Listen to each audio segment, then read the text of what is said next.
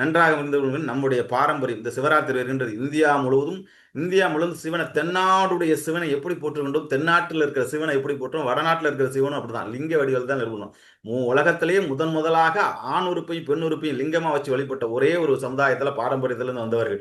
இப்பதான் மாடர்ன் யுகத்தில் ஆதி யோகி, அந்த யோகி, இந்த யோகின்னு வந்துருச்சு. எல்லா காலகட்டத்திலையும் நம்ம வந்து லிங்கத்தை ஆவுடையார் பெருவுடையார் தான் வணங்கி கொண்டு இருக்கின்றோம். அப்ப அதுக்கு தான் அபிஷேகம். இங்கனாச்சும் லிங்கம், காசி கயாலாம் பாத்தீங்கன்னா லிங்கம் ஆண்குறி மாதிரியே இருக்கும்.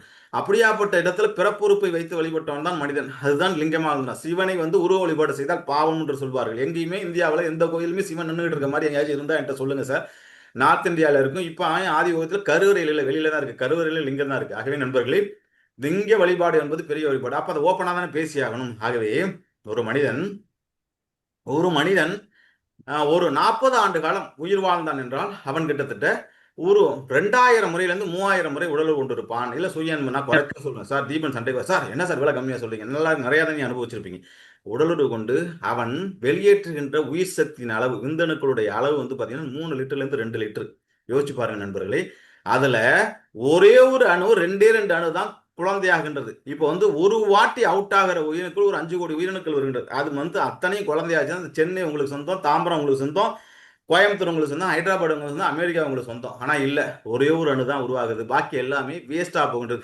விந்து விட்டவன் நொந்து கெட்டான், விந்து கெட்டவன் நொந்து கெட்டான் என்ற பாரம்பரிய செயலுக்கு ஏற்ப நம்ம என்ன பண்ணிட்டு இருக்கோம், விந்தணுக்களை வேஸ்ட் பண்ணிட்டு இருக்கோம், விரயம் பண்ணிட்டு இருக்கோம், அதை கொட்டி தீர்த்துக்கிட்டு இருக்கோம்.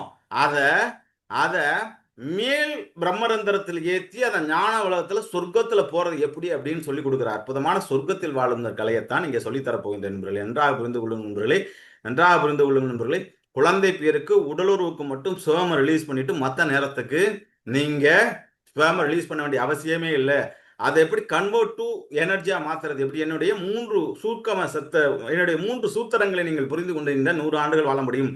3 சூத்திரத்துல முதல் சூத்திரம் நண்பர்களே, நீங்க எந்த உணவு முறையானாலும் பாருங்க, எந்த டிடாக்ஷன் பாருங்க, ஆனா விந்து காத்தல் பயிற்சின்னு உலகத்துல யாருமே சொல்லித்தரல. நீங்கள் உடலுள் ஈடுபடலாம், விந்து விளையிடுறதோட 100 கோடி மடங்கு இன்பத்தை அனுபவிக்கலாம், பேரின்பத்தை அனுபவிக்கலாம், 2 மணி நேரம் ஸ்பேம் இருக்கலாம், மாசத்துல 4 வாட்டி உடலுறவு ஈடுபட்டு ஸ்பேமே ரிலீஸ் பண்ணானா அதுல உள்ள எனர்ஜி எல்லாம் மேல ஏற்றி எப்படி பிரம்மரந்திரத்தில் கொண்டு வருது அப்படிங்கறதான் விந்து விடா போகம். அந்த விந்து விடா போகத்தை 7 ரீடைன் பயிற்சியை தான் நான் வந்து ஸ்போம் கீழ் நோக்கி சென்றால் அது போகும், அந்த மேல் நோக்கி ஏற்றினால் தாந்திரிக் யோகம். இந்த ஒரு யோகத்தை முழுமையாக கற்றுக்கொண்டிருந்தா உங்க பரம்பரையே கோடீஸ்வர பரம்பரை, உங்க பரம்பரையே எனர்ஜெட்டிக் பரம்பரை, உங்க பரம்பரைக்கு எந்த வியாதியும் வருது நீங்கள் என்றும் மார்க்கண்டேயனாக வாழ முடியும்.